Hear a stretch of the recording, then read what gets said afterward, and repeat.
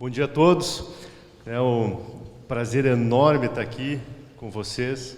O Luiz e o Rafael me fizeram o convite algum tempo atrás e eu prontamente aceitei, porque eu acho que ter a oportunidade de falar para um time tão qualificado quanto de vocês, que tem uma responsabilidade tão grande pela frente, a gente vai ver, depois eu vou falar um pouquinho sobre isso, é algo único que não tem como não aceitar, né? Então é um prazer imenso estar aqui, poder compartilhar um pouquinho da experiência nossa, da minha experiência, da experiência nossa na empresa, da minha experiência como profissional, né? Como foi anunciado, né? Eu sou tenho formação em direito, tenho formação em contábil, sou diretor financeiro, relações com investidores. Minha vida hoje é falar muito com o investidor. Mas se você for ver lá no meu Twitter e Instagram, está escrito lá Tech Lover. Eu sou um apaixonado pela tecnologia, né, e isso me levou a fundar uma startup, né, a Razonete Contabilidade Digital. Presto mentoria para várias outras, invisto em algumas outras pequenas, invisto em fundos de startup também, mas muito na linha, não na linha de ganhar dinheiro, muito na linha de aprender. Né, porque tem coisas tão boas, tão importantes acontecendo que a gente precisa estar conectado, né? E às vezes o melhor jeito de estar conectado com tudo que está acontecendo é ir lá, investir, apoiar, né? Às vezes é pouca coisa que a startup precisa, mas aquilo que você aprende de volta com tudo que eles estão fazendo é tão grande que no fundo é um investimento que você faz para si mesmo, na sua jornada de desenvolvimento, que vale muito a pena. Então, eu acho que nós estamos vivendo um momento incrível na humanidade como um todo, né? Passamos por pandemia, estamos passando por guerra ainda, mas de forma até paradoxal, no meu entendimento, eu acho que a gente está vivendo um dos momentos mais vibrantes da história da humanidade. Acho que tudo que está acontecendo é algo sensacional. Mas eu vou passando um pouquinho aqui. Aqui já foi falado, né? Não vou repetir, mas falando de ESG, talvez antes até de entrar aqui nos próprios slides da apresentação, queria fazer um comentário, voltar uns passinhos atrás e falar um pouquinho do ESG. O ESG ele começou a ser falado agora, especialmente em 2020, teve um evento que foi uma carta do Larry Fink, que é o CEO da BlackRock, a maior gestora de investimentos do mundo, tem 10 trilhões de dólares sob gestão, e ele anualmente faz uma carta para os CEOs das empresas que eles investem, e essa carta é sempre muito lida, talvez vocês que já até devem ter topado com ela, está disponível no site da BlackRock, em inglês, português, vale a pena ler, onde lá ele diz o seguinte: olha, a partir de agora nós vamos rebalancear as carteiras de investimentos do BlackRock no mundo todo para investimentos ESG. Ou seja, por quê? E ele coloca o porquê, e lá nessa carta tem uma série de respostas que muitas vezes a gente faz hoje. Lá ele coloca o motivo que ele está fazendo isso. E o motivo, adivinha qual é? Ganhar dinheiro. Ele é pago para isso. Ele é gestor de 10 trilhões de dólares de pessoas que investem, de fundos de pensão, que investem para ele rentabilizar a poupança de milhares de pessoas. Ele não está sendo pago para fazer filantropia, para ir lá salvar o planeta. Ele está sendo pago para rentabilizar o investimento desses aplicadores. E ele está dizendo o seguinte: olha, eu vou fazer isso para ganhar dinheiro, para rentabilizar todo o dinheiro que nós estamos investindo. Temos a responsabilidade fiduciária de investir em nome desses poupadores. Por quê? Porque o mundo está dando uma guinada. Tem coisas acontecendo no mundo em que as oportunidades de negócio estão nas iniciativas ESG. Por quê? Tem uma mudança geracional, tem um público, tem uma uma demanda de novas gerações que vêm demandando coisas diferentes das gerações anteriores. Tem uma necessidade emergente de cuidar do planeta. E assim, não precisa entrar na ideologia do aquecimento global.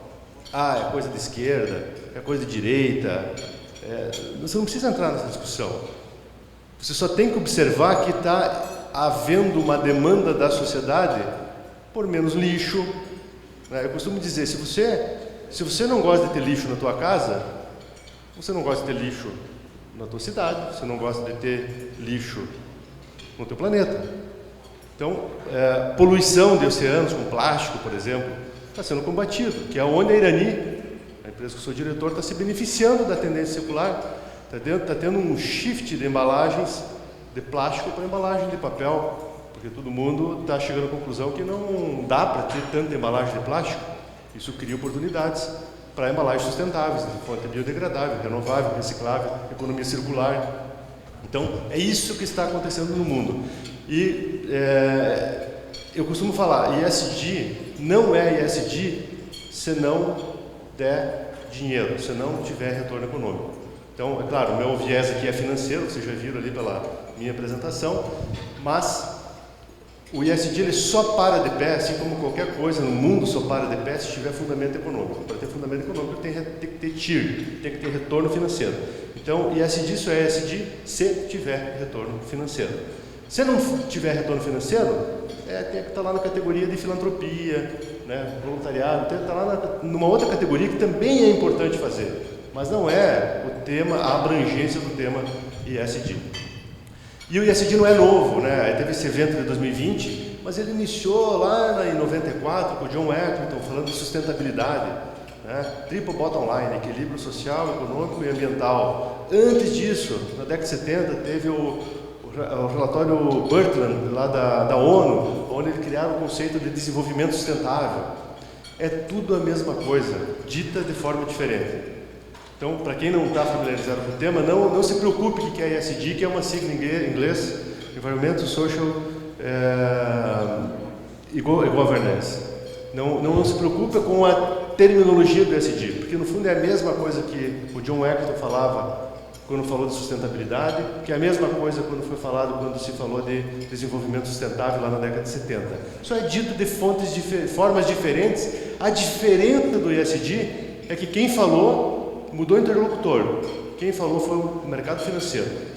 O termo ESG surgiu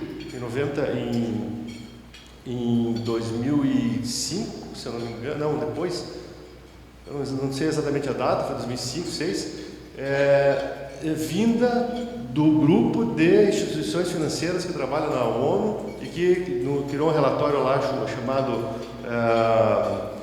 Who Wins Cares, ou seja, quem vence cuida, e lá dentro criaram o conceito de ESG. Mas na prática é a mesma coisa. Então, não só falando um pouquinho do conceito de ESG. Não é novo, só mudou o interlocutor, e quando o mercado financeiro fala, aí ele ganha importância, né? Porque a turma que decide é a turma que tem o dinheiro, então ele muda de patamar. E ele mudou de patamar em 2020 com essa carta do Larry Fink da BlackRock. Mas, entrando aqui, onde é que nós estamos embarcados? Bom, aqui, isso aqui vocês, acho que a maior parte aqui é da empresa de tecnologia, né? Mas eu vi que também tem advogado, como eu, né? Tem uma turma aqui que não é tão, talvez, familiarizado, mas a quantidade de coisas que hoje nós estamos sendo bombardeados, né, de tecnologias novas, edição do DNA, Web 3.0, blockchain, DeFi, né, de finanças descentralizadas, inteligência artificial, deep learning. Inclusive, antes do evento que estava passando nas telas, né, tantos milhões de investimento em inteligência artificial, tanto não sei o quê, tudo investimento em tecnologias, né? É um pouco investimento nessas terminologias que nós hoje estamos sendo bombardeados, que são coisas novas que têm surgido, né, e nos chamaram a atenção e na maioria das vezes a gente nem sabe direito o que é, acaba não entendendo. Mas aí, se você for olhar um pouquinho para trás, dar vários passos para trás na história, você vê que o que a gente está passando hoje, ele não é diferente. Eu fico imaginando, né? Fico imaginando vocês quando lá atrás o homem descobriu o fogo. Ou então, quando descobriu a roda, né? Imagina o susto que essa turma teve, né? E o que deve ter falado, né? Bom, mais depois, inventou o carro. Puta, agora vai acabar os cavalos, né? Já mais perto da nossa era. Ou seja, evolução tecnológica a gente sempre teve. O mundo, né? E aqui tem um exemplo, né? Quando inventou o papel. Quando inventou o papel, quando, enfim, inventou o veículo, a iluminação, né, a lâmpada, e aí vai. O que mudou? O que tem mudado? Tem mudado a velocidade que a tecnologia tem sido criada, e muito mais coisa tem sido criada. Né? Nós estamos expostos hoje a uma quantidade gigante que antigamente, e isso na nossa geração, né, para quem eu tenho 47 anos, né? Eu lembro da época, lá na década de 80, 90, que as coisas não mudavam tão rápido, né? Quando mudava o computador lá do 256 para o 356, era 2 anos, né? Dava tempo da gente descansar, né? Hoje a gente perdeu o controle disso, né? Tanta coisa nova. Então está acontecendo muito mais coisa que, no fundo, eu já vou passar aqui, essa curva aqui, alguém lembra? Curva que é essa aqui?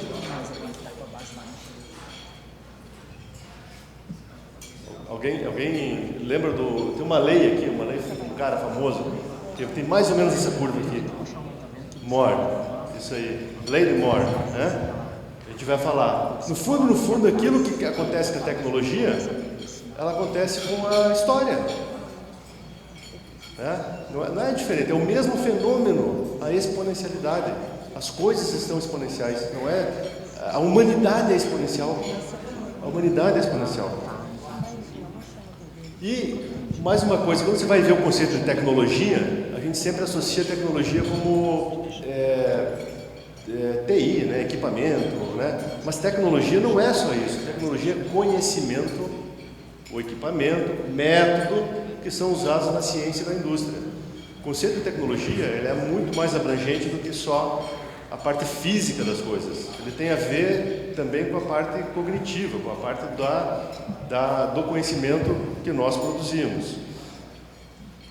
E tem uma outra coisa, na hora que você começa a buscar correlação, o que a gente percebe?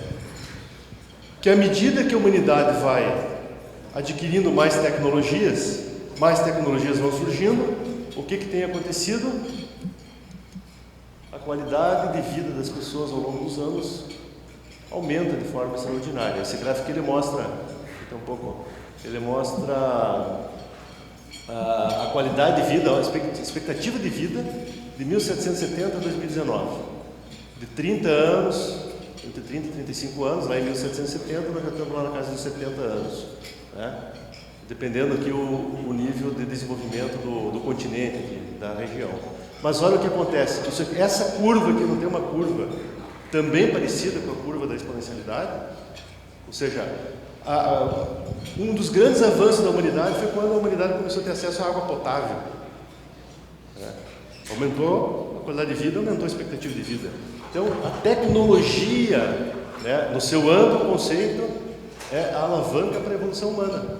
É o que faz as pessoas evoluir, enquanto sociedade, enquanto humanidade, faz nós viver melhor e mais.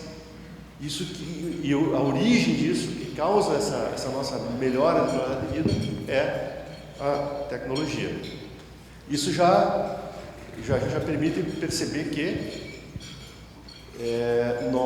a velocidade que as coisas estão andando, com tantas tecnologias acontecendo, como aquele primeiro slide que eu trouxe ali, de que muito provavelmente a nossa expectativa vai continuar crescendo e muito provavelmente a nossa qualidade de vida vai continuar crescendo. Essa aqui então é a lei de Moore, que foi mencionada, né? Que é justamente a capacidade, para vocês, que é a turma que é DTI aqui, eu vou estar ensinando o Padre Rezar Missa, né? Não é esse o objetivo, mas a sorte que tem gente que não é da área de DTI aqui, Mas na verdade a capacidade que tem de evolução da tecnologia, que foi o que a gente viveu especialmente nas últimas décadas, e que tem uma evolução muito grande, exponencial. Eu não vou passar aqui integralmente esse vídeo, ele é um pouquinho longo, mas é só para ir dando para visualizando. Ele é legal porque ele é visual. Essa linha rosa lá em cima mostra, pela lei de Moore, a quantidade de transistores, né, que deveria ser fabricada, e eles faziam uma projeção, e embaixo vai começar a aparecer daqui a pouquinho o que de fato aconteceu. Então ele começa devagarinho, e aí, olha lá, primeiro o Intel lá que foi viável comercialmente, e depois ele veio vindo. Aí a projeção da lei de Moore, lá, que é sempre o rosinha é o que a curva diz que vai acontecer, e embaixo que está o que de fato aconteceu, né? Esse aqui está em quantidade, esse gráfico aqui. É só para mostrar que esse gráfico o pessoal tentou fazer justamente essa correlação. Se de fato a quantidade de processamento, quantidade de semicondutor, ela foi evoluindo conforme a lei de Moore. E ele vai andando, e você vai ver, claro que às vezes passa na frente, fica para trás, mas ele de fato seguiu o que diz a lei de Moore e mostra a evolução. Eu não vou passar todo ele, tá? Depois eu vou deixar essa apresentação disponível para quem quiser acessar o videozinho, ele é bem bacana. Mas aí vem a seguinte pergunta: qual é o limite de tudo isso? Onde é que vai parar essa exponencialidade? Se ela vira assim, ela fica uma curva. Tá, mas onde é que vai esse negócio? Né? Vai para onde, né? Então o que começa a se discutir agora é os limites da exponencialidade. Aonde que esse negócio vai trancar? Onde é que vai parar? Daqui a pouco nós achamos que vamos viver todo mundo bem, melhor, e nós vamos morrer, porque não vamos conseguir dar conta de tanta inovação, de tanta, né? Às vezes a gente tem essa sensação, não tem? Puta, não acompanho mais, puta que, né? Fiquei obsoleto mais rápido, agora não entendo o que é, mudou o telefone lá, não consigo mais lidar, mudou o sistema operacional, não consigo mais me virar. Então qual é o limite, né? E o que até agora se descobriu, se entende que são limites da exponencialidade. Primeiro, seriam a escassez dos materiais, esses materiais raros, né? Por que tem tanta disputa sobre terras raras, né? Esse tipo de material. Desacordo político sobre a utilização dos materiais raros, né? E aí nós estamos vivendo o desacordo político exatamente agora.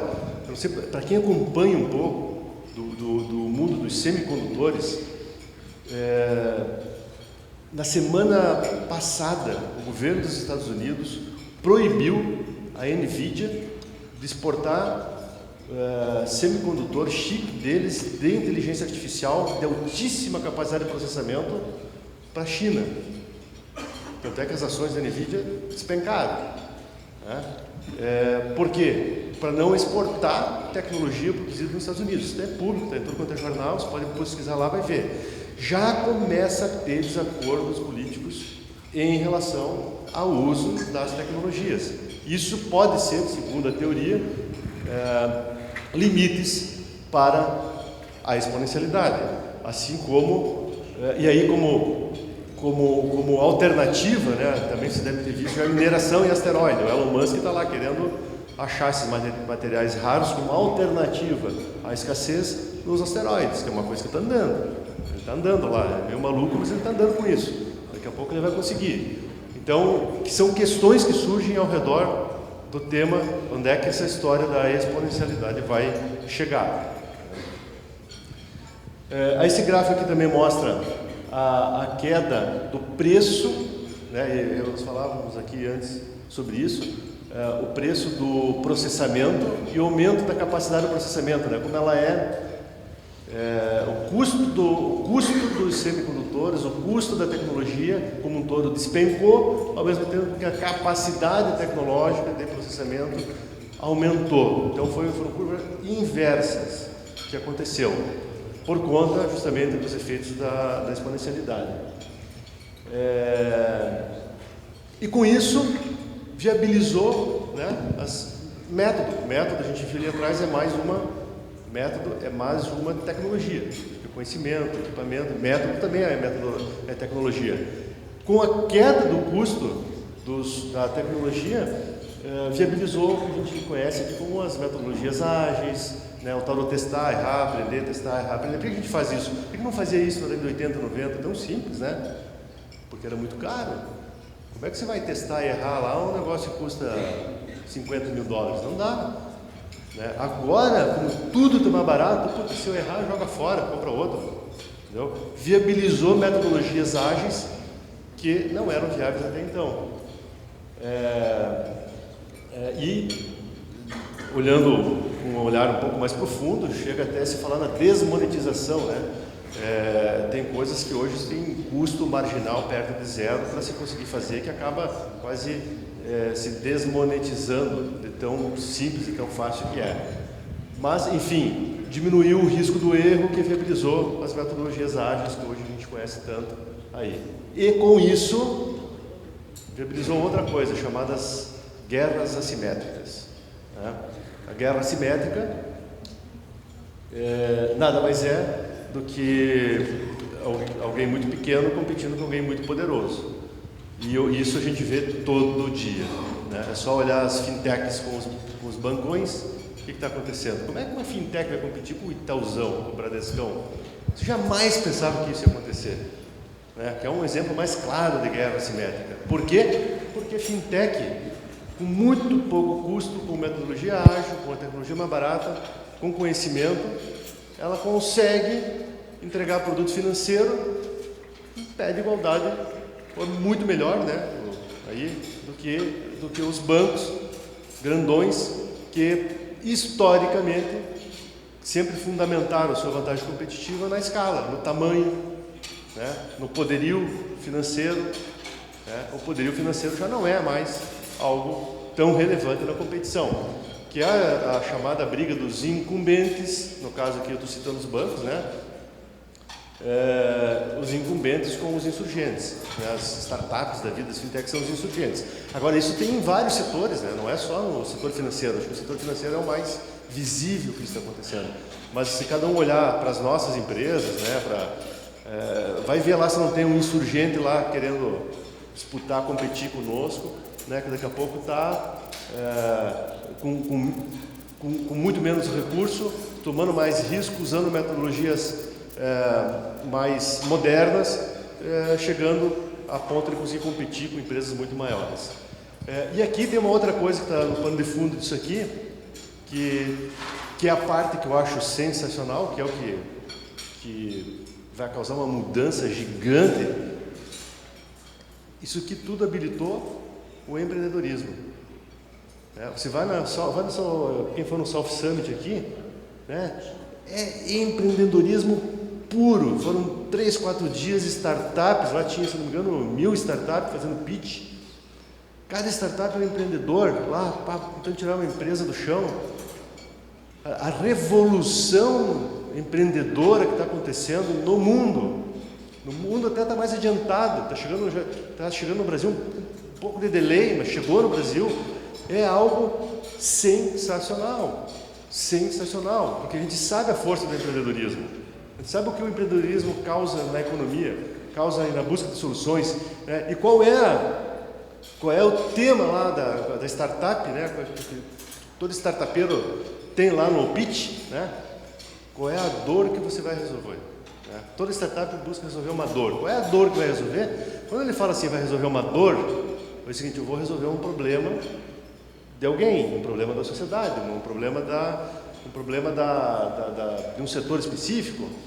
Então ele identifica um problema, cria uma empresa para solucionar aquele problema. Para e pensa, o empreendedorismo agindo na solução. A gente nunca pensou em empreendedorismo muito com esse viés, né? A gente sempre pensou em empreendedorismo muito mais tipo, quero ganhar dinheiro, né? Agora, onde é que está o pulo do gato? A gente vai falar um pouquinho mais à frente também sobre isso. O pulo do gato é que nós estamos vivendo uma onda empreendedora na busca de soluções para a sociedade com retorno econômico. Ou seja, você ganha dinheiro fazendo o bem para o mundo. Então você vai solucionar, no caso da Irani, nós vamos solucionar o problema da embalagem, mas nós vamos retornar o capital do investidor da forma adequada como ele quer, porque a gente precisa do capital do investidor também. Nós não chegamos a ponto de empreender com zero capital, não. Precisa, diminuiu a quantidade do capital necessária, mas ainda precisa. Mas o capital precisa de retorno. E o que a gente está vendo agora é até uma depurada nas empresas, startups. Aquelas startups que estavam fazendo o empreendedorismo por fazer, sem ter muito claro aonde vai estar o retorno econômico, estão tendo dificuldade de parar de pé, porque teve uma época de juros muito baixo que elas acabaram acessando dinheiro de uma maneira muito fácil, mas que agora, que precisa mostrar para que veio, não está conseguindo mostrar, está tendo dificuldade. Mas é parte do processo, está depurando, né? Está dando uma limpada, vamos dizer assim, para deixar, de fato, as empresas, as startups que tenham esse fundamento econômico. E aí vem, né, aqui eu trouxe um porque esse dos plásticos dos oceanos, tudo é bem conhecido, tem a ver com o nosso negócio da Irani. Essa é a dor que nós queremos resolver, né, no nosso caso específico, mas cada empresa tem uma dor que tem que resolver, cada startup vai resolver uma dor. Né? Mas aqui tem alguns dos desafios emergentes: a poluição dos plásticos, emissão de carbono, aquecimento global, pobreza, discriminação, a economia linear, versus circular, a educação, né? Né? O Brasil é um país que tem uma educação pobre, uma educação fraca. Já tem várias startups, várias empresas se dedicando a solucionar o problema da educação. E a hora que você consegue solucionar aquele problema solucionar o problema da educação, ao mesmo tempo que tem retorno econômico, você pega a parte daqueles 10 trilhões lá do Larry Fink, lá da BlackRock, e aplica no negócio que resolve o problema social. Bingo, isso é ESG. Entendeu? Esse é o ponto, esse é o verdadeiro ESG. Você não precisa entrar na discussão se o planeta está aquecendo ou não está aquecendo, é ideológica. Né? Porque você tem a demanda, você tem gente que acredita, tem geração que quer um planeta mais limpo, gerou uma demanda comercial, gerou uma necessidade, atende a demanda. E a hora que você linka a solução que a sociedade precisa com o retorno econômico e acesso ao capital que está disponível para isso, a roda gira para o lado certo, entendeu? E a evolução humana, ela é sensacional.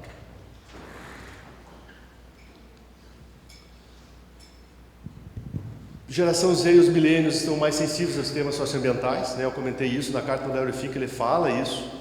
Ele diz o seguinte: ok, a gente, conforme a geração passa, o mundo evolui, o tipo de educação que essas crianças foram expostas muda e elas pensam diferente. Então, vamos olhar o que está pensando os milênios e a geração Z. É muito diferente do que a minha geração pensa. Então, e assim, não adianta eu entrar na discussão se os caras estão pensando é certo, é errado. Entendeu? Os caras nasceram numa outra época, as coisas foram muito mais fáceis. Não tem briga que não adianta querer ficar comprando. Entendeu? Vai lá e faz, acabou. Então, tem uma demanda dos milênios e da geração Z, que é uma demanda por sustentabilidade, que é uma demanda por um país mais justo. Então, vamos atender a demanda. Essa turma vai estar sentada daqui a alguns anos nas posições de liderança, de empresas, de governos, e vai ditar políticas públicas. Então, quer queira, quer não queira, a mudança ela vai acontecer. Ela vai acontecer. Eu já me adiantei aqui, né? Falei esse é o Larry Fink, né? Esse é o Larry Fink. Esse é o documento que ele escreveu, né? Fundamental Reshaping of Finance, onde ele fala desse rebalanceamento do dinheiro do mundo para as questões, para os fundos, empresas, iniciativas e ESG. Isso a gente já vê na prática. Esse gráfico aqui mostra, esse aqui são ETFs, Global ESG ETFs, de 2006 a 2022, em bilhões de dólares. Olha o que aconteceu aqui em 2020, foi quando surgiu a carta dele. 2021, 391 bilhões de dólares, e 2022, fevereiro, esse gráfico aqui já estava praticamente no mesmo volume, que é o quê? ETF é como se fosse um fundo de investimento, né, onde as pessoas compram ETF, e esses ETFs são ETFs relacionados a iniciativas ESG, ou seja, que investem em empresas ESG. Então, o dinheiro do mundo está vindo das iniciativas ESG, está havendo esse rebalanceamento das carteiras e sendo direcionado para essas iniciativas. E aí, a combinação dos fatores, né, a queda do custo da tecnologia, o mindset mais o capital, que leva essas inovações disruptivas aos investimentos de impacto. Vocês vão ouvir falar muito dessa palavra aqui, ó, impacto. Tá?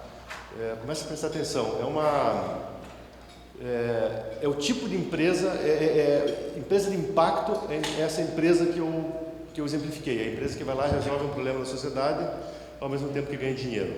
Ela não é uma empresa de filantropia e nem uma empresa que só visa dinheiro, só visa lucro. Não, ela junta as duas coisas. Ela visa lucro e resolve um problema social, um problema ambiental. Essas são empresas de impacto, que estão no centro, no olho das estratégias desses fundos ESG no mundo afora. E às vezes o que acontece é o seguinte, tem muita empresa de impacto, olhem se a empresa de vocês não é de impacto. Comece a pensar que tipo de solução ela tem. Existem muitas empresas de impacto, muitas startups de impacto que não sabem que são de impacto. Não sabem se posicionar, não colocam no pitch que são de impacto. Então, procurem olhar nas empresas que vocês estiverem envolvidos, se de fato não é uma empresa de impacto. Porque se for uma empresa de impacto, e não é difícil ser uma empresa de impacto, porque a maioria das empresas resolve e atende uma demanda da sociedade, seja ela social, seja ela ambiental, né? Tem uma avenida de crescimento desse tipo de negócio, tem dinheiro abundante no mundo, apesar da alta dos juros aí que a gente está vendo recentemente. O mindset, né? Onde é que desloca, né? Esse gráfico aqui, esse slide aqui é para dizer o seguinte: se você tem disponibilidade de capital, você tem a tecnologia mais barata, onde é que está a restrição? Onde é que está o gargalo? No passado a gente deixava de fazer as coisas porque não tinha dinheiro, né? Mas hoje a gente deixa de fazer as coisas por quê?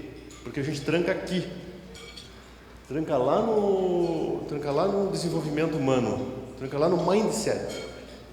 Ainda querendo operar, nós estamos com um MacBook Pro rodando com o sistema MS-DOS, né? Não vai funcionar, né?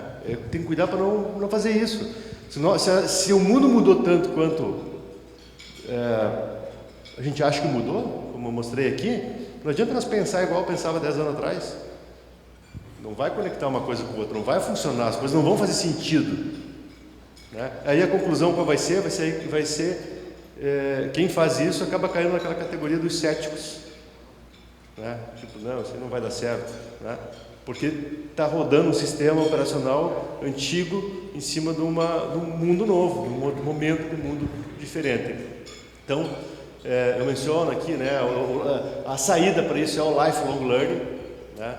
Isso é uma das coisas, vocês viram ali, eu participo do conselho da Pan American School, e assim, porque meus filhos estão lá, um até já saiu, mas esse conceito que tem lá, por exemplo, na escola, que eu fiquei apaixonado, por isso coloquei lá meus filhos, é porque não ensina com esse conteúdo. O que ensina é como aprender e desaprender. Esse é um lifelong learning. Que essa, no fundo, é uma competência residual que a gente tem que ter. Como desaprender e aprender de novo. Como aprender coisa nova. Porque daqui 2 anos, aquilo que eu aprendi hoje não serve mais. Eu tenho que aprender de novo. Então, como que eu faço para aquelas coisas que eu aprendo hoje, eu desaprender para aprender coisa nova, substituir pelas coisas que estão surgindo? Isso é habilidade, isso é o nosso jeito de evoluir que determina quão bem ou quão mal a gente vai nessa jornada. E isso a gente ensina, isso tem que ser aprendido. Nós, a minha geração, eu não aprendi assim, eu tenho dificuldade. Então eu tenho que ficar lá, é mais difícil.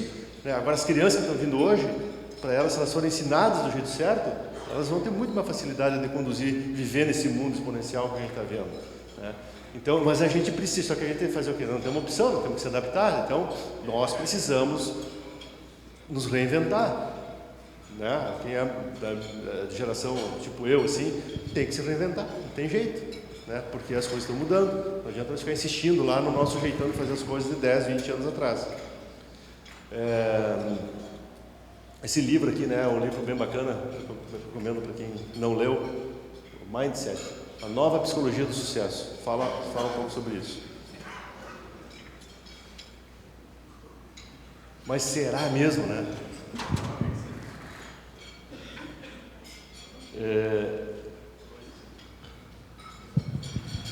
Tem uma outra definição aqui do ESG.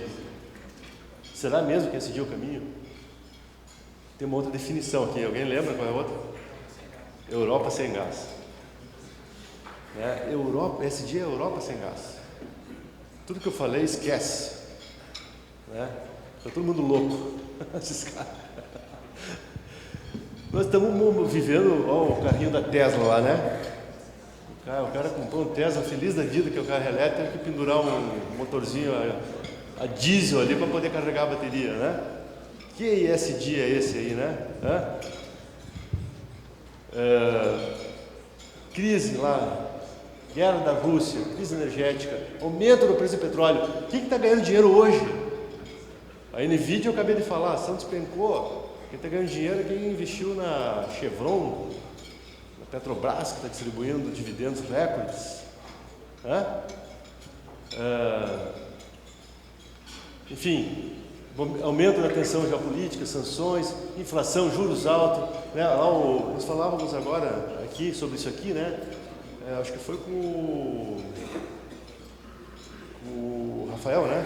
O Rafael. Lá o Texas, Arizona, Flórida, a pressão sobre a BlackRock. A BlackRock, eu falei, que usei como exemplo até agora, está sob fogo cruzado lá, porque os governos do Texas, Arizona, Flórida, estão dizendo o seguinte, ó, ou você para com essa história, ou o dinheiro da turma daqui, do fundo de pensão dos professores, aqui do Arizona, tá? Nós vamos tirar tudo do fundo de vocês.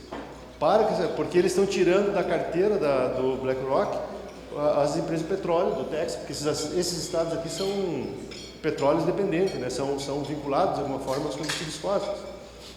Então nós estamos vivendo este exato momento, nesse exato momento nós estamos vivendo um momento de ceticismo, um momento de crítica ao ESG, um momento de será que é isso mesmo, né? E aí não falta, para quem está nas redes sociais, não falta post, né? Dizendo que olha aí, esse negócio não vai funcionar, deu tudo errado, a Europa lá quis energia limpa e agora está tendo que vão ficar sem gás, vão morrer de frio no inverno porque a Rússia fechou a torneira do gás, né? É verdade, tudo isso é verdade. E já tem surgido inclusive o tal dos ETFs, né? ETF anti-ESG, que justamente investe em empresas de petróleo e tal, todas as coisas que são contra o ESG. Qual que é a leitura sobre isso aqui? Primeira coisa, o problema da Europa, né? O problema da Europa não é porque a Europa foi mudar a matriz energética para a matriz limpa que ela ficou sem. É porque ela estava dependendo de um louco lá chamado Putin, que declarou uma guerra.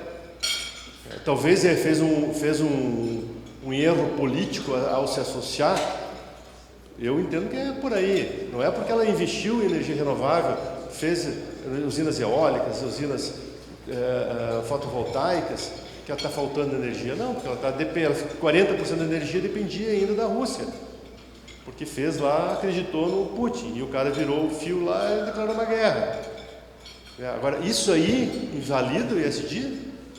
Não. Isso aí é um erro político, estratégico de relação internacional, lá que a Europa cometeu. Está pagando preço como? Tendo que comprar petróleo, tendo que se virar de outra forma. Mas é parte de um processo, né? Então eu acho que o ponto aqui é esse. Quando você começa a olhar a tendência, a jornada, né? Primeiro você vê que hoje a gente está bastante confuso com isso, né? A gente não sabe direito para que lado vai, por conta de todo esse momento de ceticismo. Mas na hora que você começa a olhar, volta no tempo, amplia o ângulo, olha no longo prazo, a história da humanidade, né? Para que caminho nós estamos indo, Assim, eu custo acreditar que nós estamos indo por um caminho de aumentar a geração de combustível fóssil, de aumentar o uso de plástico, de emitir mais carbono para a atmosfera. Não é esse o caminho, não é essa a tendência que nós estamos indo. Nós estamos indo para uma tendência de evolução humana porque tem a tecnologia que barateou, tem essa força empreendedora que eu mencionei acontecendo, vibrante, tem uma legião de pessoas querendo fazer as coisas certas, querendo acertar, e que não concorda com combustível fóssil, não concorda com o mundo como ele foi feito, como ele veio até aqui. Quer uma mudança. Não concorda em ter lixão, não concorda em ter baixo nível educacional, não concorda em ter plástico nos oceanos, né? Eu mesmo não concordo. Acho que a gente tem um monte de coisas que a gente não concorda. Não precisa vir os milênios, o Z, falar para nós essas coisas, né? Então, a tendência, ela é uma tendência por energia limpa. Vai acabar o petróleo? Esse é outro erro que eu vejo assim, que tem, assim como tem a turma, o anti-ESG chato, tem a turma do ISG chato. Tem os dois lados, né? Tem uma turminha pró-ESG, assim, que são muito chatos, né? Assim como tem os críticos, alguns, né? Os extremos também muito chatos. E uma das coisas que sempre fica em debate, mas como é que o mundo vai ter energia limpa? O mundo não vai ter só energia limpa. O que vai fazer é um rebalanceamento da matriz energética. 20% do que era petróleo vai ser energia renovável. Vai acabar o petróleo? É claro que não vai acabar o petróleo. Sempre vamos depender do petróleo. Vai acabar o plástico? Impossível acabar o plástico. Durante muito tempo nós vamos ter que conviver com o plástico porque não tem solução tecnológica diferente. Se agora vai ter uma fatiazinha do plástico que vai mudar para o papel, tipo lá que beneficia ali, vai. É isso que nós estamos olhando. Tem uma parte da geração de energia fóssil que vai se transformar em energia renovável? Vai. E por quê? Porque ela é viável. Porque caiu o custo do painel solar, porque caiu o custo do eólico, entendeu? Porque viabilizou economicamente essas tecnologias. E ela vai ser porque ela é mais limpa e porque ela é viável economicamente. Então, quando você olha a jornada, o longo prazo, não tem dúvida de que a jornada é por uma sociedade mais educada, por um planeta mais limpo, né, com menos combustíveis fósseis, só para falar alguns dos itens.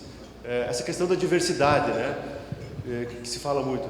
Gente, diversidade é respeito acima de tudo, não precisa nem estar discutindo isso, né? Você aceitar pessoas diversas numa mesa de reunião, numa empresa, assim, não deveria nem ser um assunto, é questão de respeito ao ser humano. E se eu puder contar com a diversidade para qualificar uma ideia, ser mais criativo, para melhorar soluções de negócio, para ter perspectivas diferentes sobre algo que eu estou desenvolvendo, muito melhor. Por que essa confusão toda quando fala de diversidade? Né? São extremos daqui, extremos ali, que ficam misturando as coisas, fazem um bate-cabeça, né? Gente, assim, que ser humano é ser humano, cada um de nós é um ser humano, vamos se respeitar, né? Vamos aceitar as diferenças e vamos potencializar as diferenças, vendo em cada ser humano diferente como um ser humano único, singular, né? Que a menor unidade da diversidade é o ser humano, a pessoa, porque não existe uma pessoa igual a outra. Então vamos ampliar isso e vamos potencializar isso, pegando as perspectivas diferentes para achar soluções mais criativas e muito melhores. Esse é o conceito da diversidade. Não precisa polemizar, não precisa entrar em discussão ideológica, não precisa, sabe? Enfim, no final das contas, transformação digital, que está se falando muito, né? Não é transformação digital, é uma transformação humana, porque isso está mudando a vida das pessoas. Isso transforma o ser humano, isso nos transforma a sociedade para o melhor, para o bem. Então, essa é a transformação digital. E aí, lá na Irani, eu sou responsável pela área de tecnologia lá também, né? E a gente está nessa jornada de transformação digital. E uma das coisas que assim, é sensacional, tudo começou a dar certo quando a gente descobriu que transformação digital não tem nada a ver com tecnologia e tem tudo a ver com pessoas. No momento que a gente descobriu que transformação digital não tem a ver com tecnologia e tem a ver com pessoas, tudo mudou. Aí nós conseguimos avançar, porque a tecnologia pela tecnologia ela é ferramenta, né? Ela é a forma de você fazer as coisas. Agora, se você não tiver gente na empresa inteira procurando a tecnologia para melhorar o seu processo, tanto é que a transformação digital nem é da área de tecnologia. Quem é responsável pela transformação digital da companhia é cada funcionário da companhia. São 2.200 funcionários que são responsáveis pela transformação digital. Cada um deles é responsável por ir lá, ver o que tem de coisa boa no mercado, para melhorar a atividade lá na ponta, trazer as ideias, trazer método diferente, trazer conhecimento diferente e trazer tecnologia diferente para dentro de casa. Aí passa pela área de tecnologia, que valida por questão de cibersegurança, enfim, todas aquelas questões técnicas, né, e implementa. Tem que ter retorno, né, faz toda aquela coisa, né, e implementa. Agora, a área de tecnologia, ela é um maestro só, né, é humano. Isso é muito importante, porque às vezes a gente vê assim, muitas empresas se perdendo. Eu estou indo para o final aqui, estou no tempo aí? Estou, né? Estou. Estou indo para o final aqui. Esse é um videozinho. Esse vídeo, eu acho, provavelmente você já viu esse vídeo, ele tem uns 5, 6 anos já. Desse é do Gerd Leonard, ele é futurista. Então ele já tem 6 anos esse vídeo, 5 anos. E eu não achei vídeo ainda melhor para mostrar, porque eu acho que ele capta bem. Para quem viu, vai ver de novo. Para quem não viu, ele é muito bacana.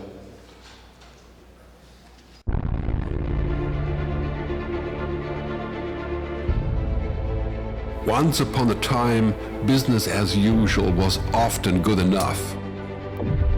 No more. Where we are going, good enough is dead. In a world where everything is connected, where everything is equally excellent, where performance is reaching perfection, there's only one space left to innovate in: you. Right now, you are a central point in the raging tornado of change fueled by digitization, mobilization, augmentation, disintermediation, automation. Well, the list goes on. Science fiction is becoming science fact. Think about self-driving cars or computers that can learn and think. The way we work will never be the same. The skills we need will be dramatically different. Winning or losing are now happening faster than ever before. So what's your response?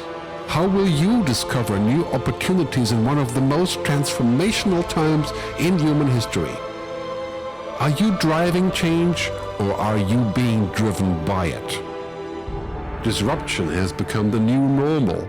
With change, it's always gradually, then suddenly, well, things really have stopped happening gradually. This change is exponential. Everything that used to be dumb and disconnected is now wired and intelligent. Cars, cities, ports, farms, even our bodies will be wired with sensors and will talk to each other. These game changers are also combinatorial. They amplify each other, creating a perfect storm of change. Quantum computing fuels big data. The Internet of Things fuels artificial intelligence and deep learning, which fuels robotics. However, anything that cannot be digitized or automated will become extremely valuable. Human-only traits such as creativity, imagination, intuition, emotion, and ethics will be even more important in the future, because machines are very good at simulating, but not at being. Yes, robots and software will do some of our work, but this will allow us to focus on things that cannot be automated. To imagine change squared, you've got to start engaging more with what might be, not just with what is. Immerse yourself in the immediate future, 5 to 7 years out from today. We need to go beyond technology and data to reach human insights and wisdom. Technology represents the how of change, but humans represent the why. The future is about holistic business model. The opportunity is to be liquid, to learn just in time, not just in case, not single improvements, but complete transformations, not individual systems, but new ecosystems. Humanity is where true and lasting value is created. We will engage, relate, and buy things because of the experiences they provide, because of their transformative power. The future doesn't just happen, the future gets happened. The new way to work is to embrace technology, but not to become it. The future is in technology, yet the bigger future lies in transcending it. Let's live and lead from here.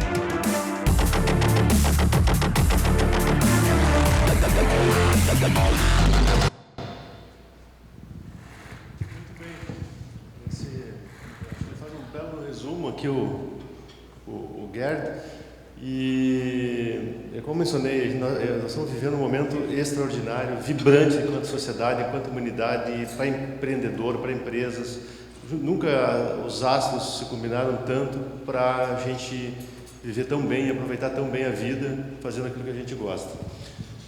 Indo para o fim aqui, pensa exponencial, né? Acho que algumas questões que a gente vê, tem que sempre pensar na exponencialidade, mas agir incremental. Se começa a tentar agir na exponencialidade, você não consegue, tem que sempre dar um passinho por vez, né? Um passo por vez, um dia após o outro. E transforme-se, protagonize-se enquanto ser humano. Aqui nesse grupo aqui, né, de empresa, é um prazer tão grande estar falando para vocês, porque as empresas de tecnologia, elas têm um papel tão grande, né? Olhando isso aqui tudo que eu passei, a responsabilidade é muito grande. Eu acho que esse é um recado final que eu queria deixar aqui com vocês e para levar para onde vocês forem, né? Porque é onde tudo está acontecendo, é onde você consegue criar, potencializar esse impacto, né? Fazer os negócios, resolver os dilemas da sociedade, né? Sempre, claro, com retorno econômico, mas quem está nesse meio da tecnologia tem essa responsabilidade, mas tem que ter a humildade, né, de saber que não é a tecnologia pela tecnologia, mas é pelas pessoas para as pessoas, né? Então, saber lidar com isso, usar todo o conhecimento da tecnologia que as empresas têm, mas levando em consideração que isso é para as pessoas e que você vai precisar das pessoas para fazer isso, acho que é o charme, né? É aquilo que a gente precisa alcançar e acelerar toda a transformação que a gente tá fazendo e está participando. Tá bom? Era isso. Acho que não sei se me estendi aqui. Não, deu certo? Então, obrigado, gente.